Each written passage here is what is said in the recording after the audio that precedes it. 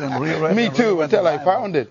It says in Genesis chapter 2, it says, when the Lord God made the earth and the heavens, no shrub of the field had yet appeared on the earth, and no plant of the field had yet sprung up. Why? Because the Lord God had not allowed it to rain on the earth. Why? Because there was no man to manage the earth. Now, that's a verse you and I never saw. Marvelous. This is powerful to me.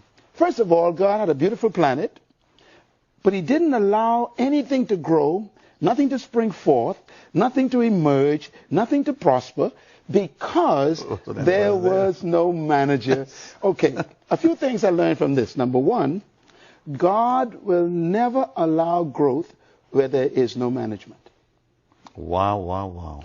So instead of praying for things from God, pray for the management ability. Secondly, God will withhold things from you if you cannot manage them. Notice it says, He'll withhold things. read it. It says he didn't allow it to rain Yeah. because there was no man to manage the results. So the next verse says, and therefore God formed the man from dust of the ground and breathed into his nostrils the breath of life. In other words, God had a beautiful planet. No life was on it. Why?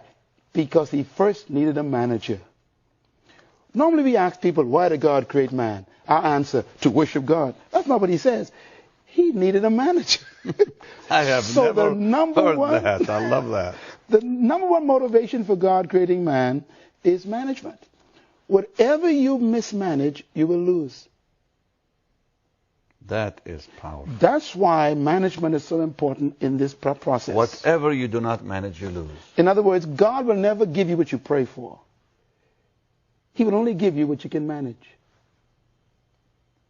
You pray for a new house, and God's looking at the apartment that's unkept.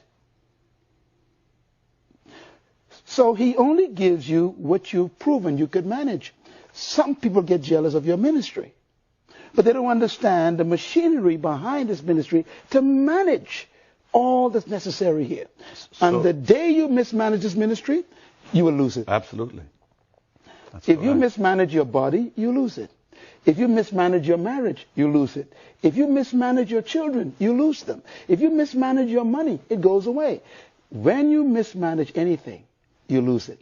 And so in crisis is a result of mismanagement.